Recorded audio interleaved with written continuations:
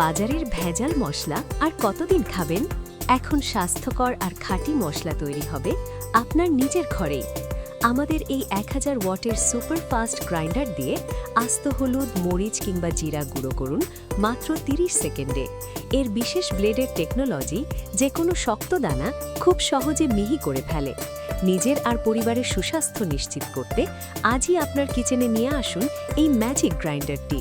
তো আর দেরি কেন, এক্ষুনি অর্ডার করুন আমাদের সাজেক মার্ট পেজ থেকে অথবা স্ক্রিনে দেওয়া নাম্বারে কল করুন।